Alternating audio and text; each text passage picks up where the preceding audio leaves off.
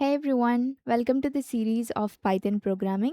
We are on to the module 2 called Basics. This is divided into three parts. In part 1, we are going to study about variables and data types.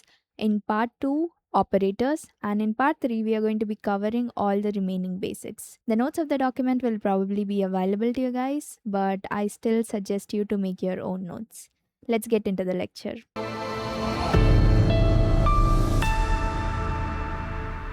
Variables. In programming, variables are like a container or storage box.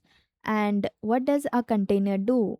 It will hold something. And in programming, it will hold the data. So a variable is like this container and it will hold something which is nothing but the data.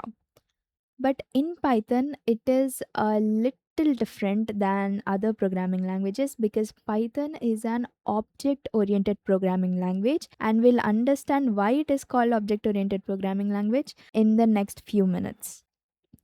So, in Python, you create a variable like this. You write a variable name and you assign a value to it. So, here the variable name can be anything. It can be B, it can be C, it can be age, it can be your name, or it can be anything. The name of the variable, you can give it anything and you can assign any value to it. Now, what happens when you create a variable in Python? So, if we look into the computer memory, when you create a variable called a equals to 10 in Python, what happens in the memory is imagine this is the free space that is available in the computer memory. When you write a equals to 10, the computer will allocate some space for the 10 to be stored. Here, the 10 is an object. It is not an integer, rather, it is an object of integer class. We'll understand what are classes and objects later in this series, but here the 10 is an object. Now, 10 is stored somewhere in the memory and that will have certain address. For example, that address is x01a, some random address we are taking for example, okay, because the computer has to know where that value is stored in the memory. So everything that is stored will have a certain address associated with that. Now, there is also something called namespace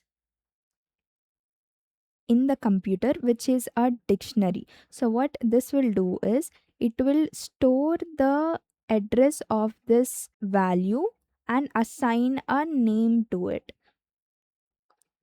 So x01a.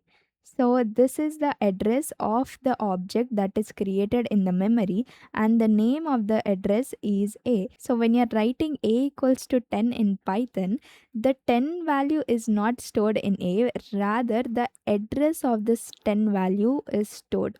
So here the 10 is not an integer, it is an object because Python is an object oriented programming language and everything created in Python is an object. Now let us take another variable called b and we'll also assign 10 for it. Okay, so what will happen in the computer memory? An integer object called 10 is stored and the address of this, maybe we'll take x11 x111, and the address of this will be stored in a variable called b.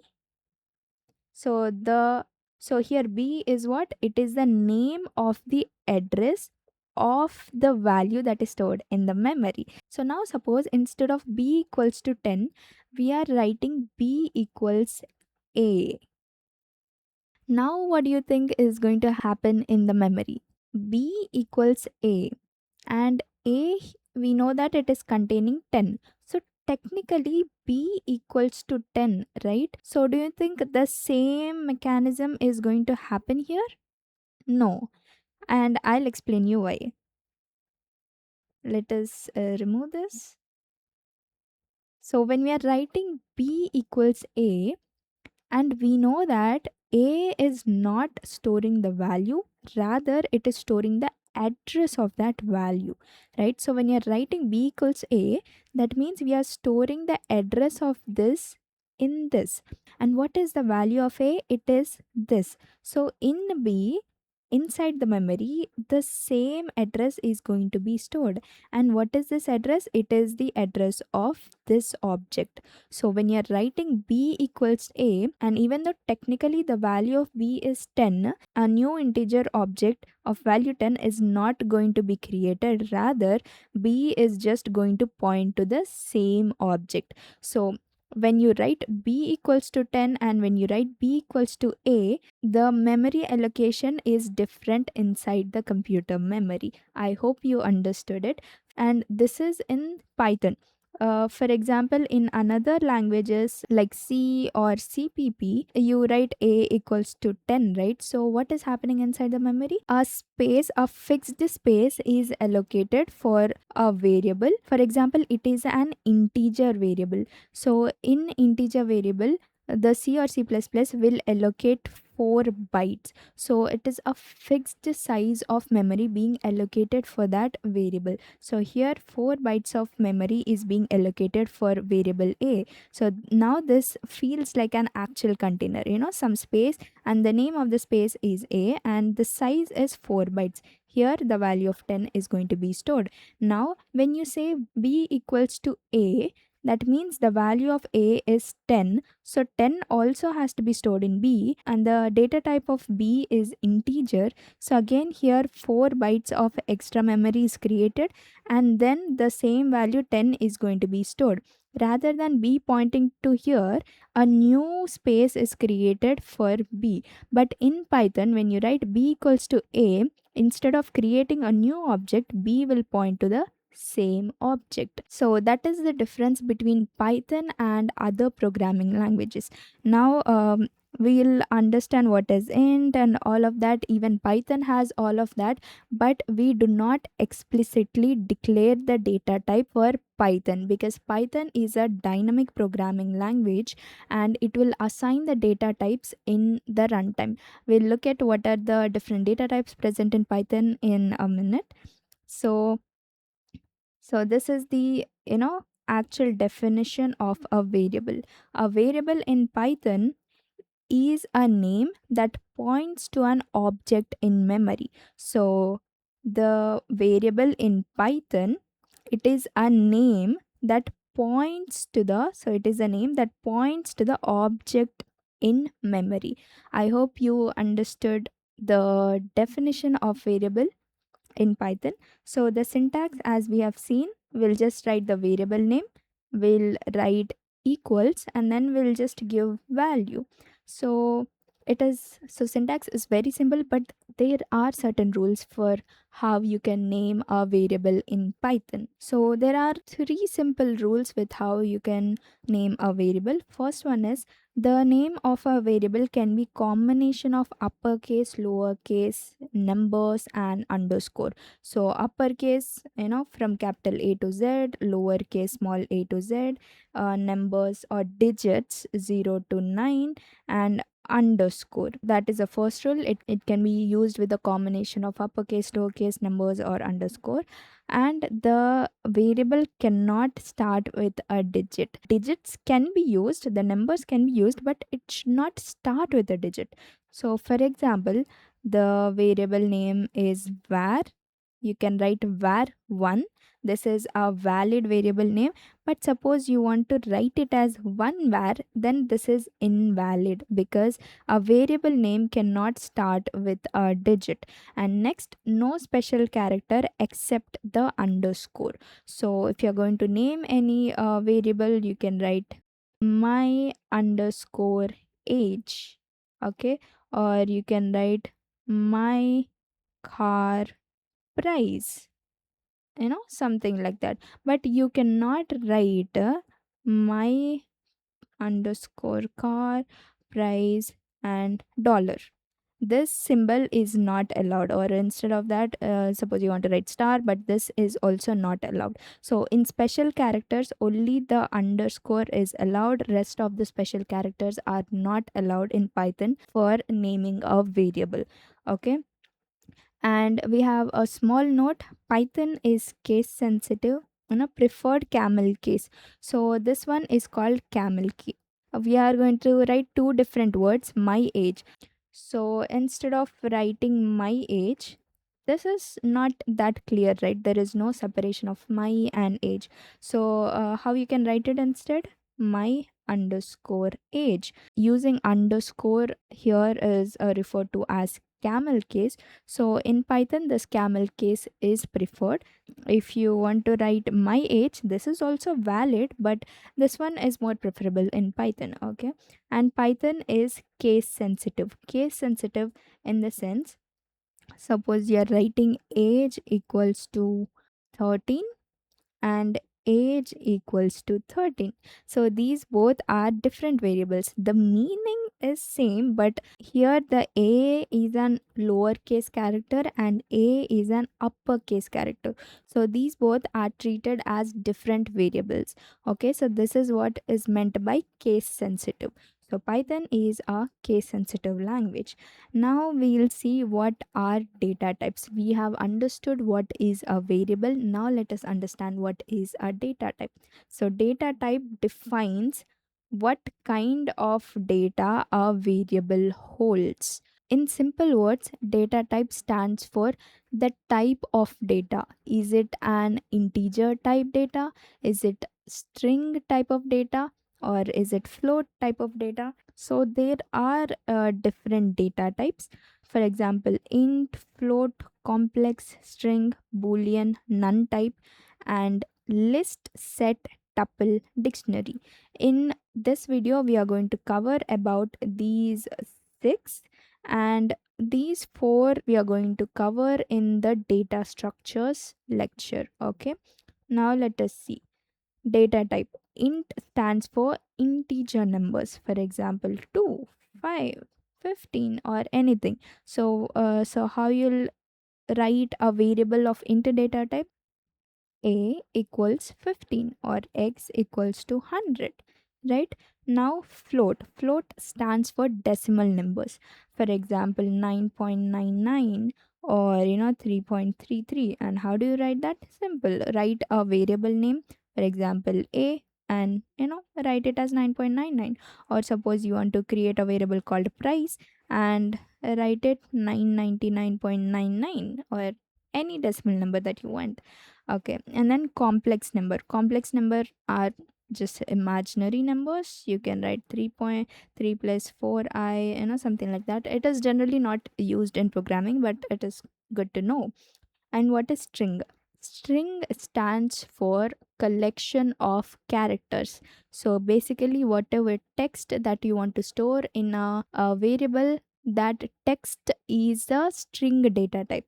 For example, you take a variable called name and you write the name as Neha. So this is a text, it is a sequence of characters. So this data type is called as string.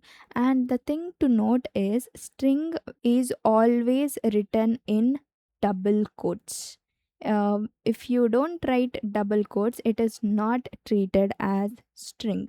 So string is always written in double quotes, and we'll see why it is written in double quotes, shall we? Let us go to our code editor. So here, these are the variables and data types that is given in the document. Okay, we are going to look at the string and why they should be written in double quotes. Okay, suppose I'm taking a variable called name and I'm writing Neha. Now we'll use a simple print statement to print that name. Okay, we'll run it. So Neha is printed. Now suppose I have a variable called Neha, and here I'm assigning some integer value. Okay, and suppose we don't write this double quotes, we'll just remove it and check. And now let us run the program. So here I want to print name, and name is Neha. But what is being printed? 12 is being printed. So what is happening here? Neha is holding the value of 12, and that 12 is being holded by this name. So when we type print name, the 12 is printed. We actually want to print this one, but this one is being printed. So that is why we enclose it in a double quotes so that the Python will understand that this is a string. It is not another variable, rather it is a string. Now if we run it, Neha is printed. So when you are writing any textual data, when you want to store strings, it is important to enclose it in double quotes. Now instead of double quotes, you can also write it in single quotes as well. So let us write bitwise learn. So single quotes, let us run it. So it is being printed. And not just single quotes, you can also write triple quotes. So if you run it, it is being printed. So you have three ways of writing the string data type: in single quotes, double quotes, or triple quotes. But generally, the double quotes are preferable in Python. Okay. So next we have another type of data called boolean, which is just true or false. It has only two values. You can either store true or you can either store false. So let us check that one as well. We are going to check the remaining data types also. Valid equals to true. Now we will just print valid. So true. This stands for a boolean value, okay? And as I've told, Python is a case sensitive value. So if you're writing small t instead of the big T, you'll get an error. It will say name true is not defined. So it is giving a name error. So what is happening? When you wrote valid equals to true, the Python is searching for a variable called true and it is waiting for that value to be stored in this. But if you write it as the uppercase T letter, so the true, now this variable has become a boolean variable, right? And the same way you can also write false with capital F, and if you run, it is running. So the boolean data type will have only two values called true or false. Now you have another data type called none. So none will represent an absence of value. So you can take any variable called a and just assign it to none and then print a. So here none is being printed. So none will stand for an absence of value. Now you might ask, so if we don't want anything to be stored, we can write 0 as well, right? But 0 is also an integer, right?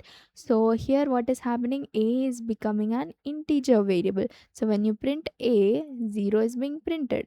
Or suppose if you don't want any value to be there, maybe you can write it false as well. But when you write false, a is becoming a boolean variable. But when you write none, it is a variable of none type. Generally it is used to represent the absence of a value. So generally it is used in programming where you don't know what the data type of a is going to be. Maybe later in the program you're going to change the data type. So initially you just want to declare a variable, you want to have that in count, so you declare it with none type. Okay, we'll also see for other data types that we did not check yet. Okay, a we shall write 45. Now 45 is an integer. Now you can also store 3.14, which is a float value. Now here as you see, we are not writing int a equals to 3.14, or we are not writing float a equals to 3.14. Even if we don't declare the data type of the variable, the Python is dynamically assigning the data type at runtime. So here we have something called type checking. We can check the type of variable. So instead of print a, we'll see print type of a. Okay, now if you run it, it is printing float. So what is this? It is not just printing float, it is printing class float. So this is a class and this is an, so as we have discussed, this is not a value, it is an object, because everything in Python is an object, and that is why it is called an object oriented programming language. So here it is printing class float. So it is saying it is a float object A. The type of A is an, it is an object of float. Suppose B equals 14, will print the type of B.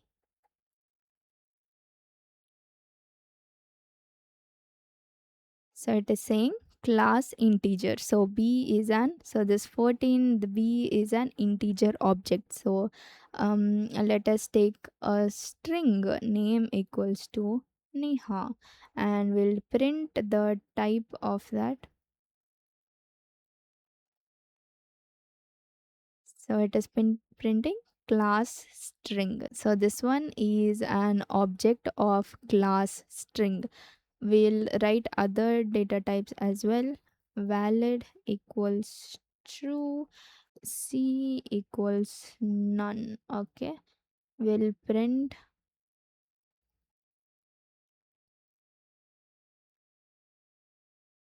type of valid,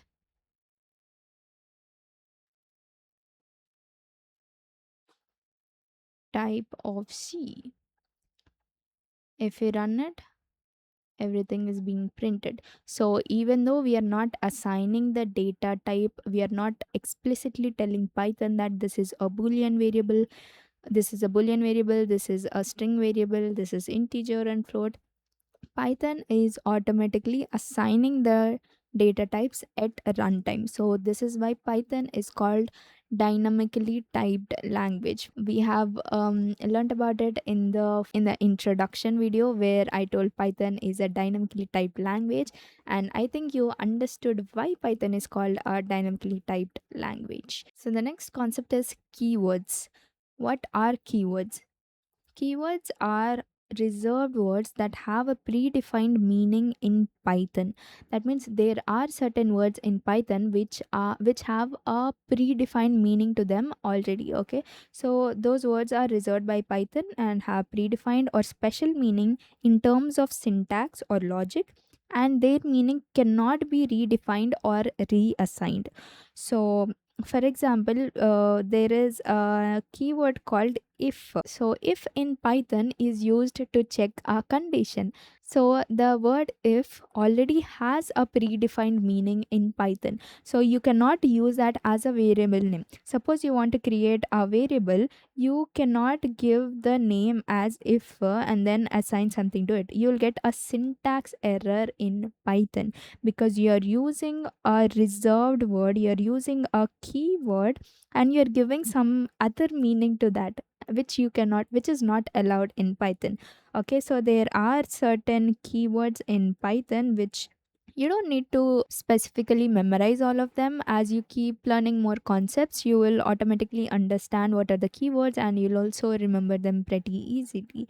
So you cannot use these keywords as variable names or function names. We'll also be learning about functions in the coming lectures. And keywords are case sensitive. So let us just hop on to our code editor and check it. Okay, so I'll remove all of this. So I have told that you cannot use a keyword and give a new meaning to that.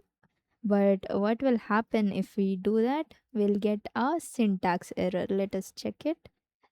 So it is saying syntax error, invalid syntax, because if a keyword has a specific syntax that is already predefined, and you cannot give a new meaning to that. Okay, but suppose instead of small I you're taking capital I.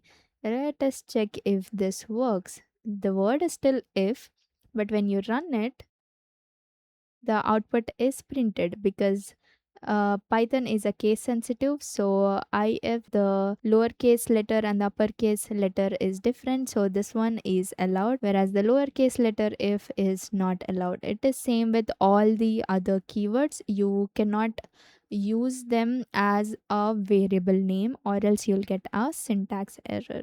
Now let us see a real world example of the variables and the data types. Okay, suppose you have an Amazon website and there you went to certain products. Suppose you have headphones, and when you look at that product, this image will be present and it is written headphones, the price is mentioned, the quantity is mentioned, and a button called add to cart is there. Now this is the title of the product, and this is what it is, a textual data. Okay, it is a textual data, and we know that in programming we use string data type to represent the textual data. So here the title is of string data type, and here the price is 999.99. This is a float value, so this value is stored in a variable of float data type. And if you see, the quantity is 1, or it can be 2 or 3, you can just keep increasing quantity. So this one is what, these are integers. So in any e-commerce website like Amazon or Flipkart, you can see that all types of variables, all different data types are used in the website. So this is the end of part 1 of Python basics, where we learned about variables and data types. In next part we are going to study about operators. See you guys in the next video.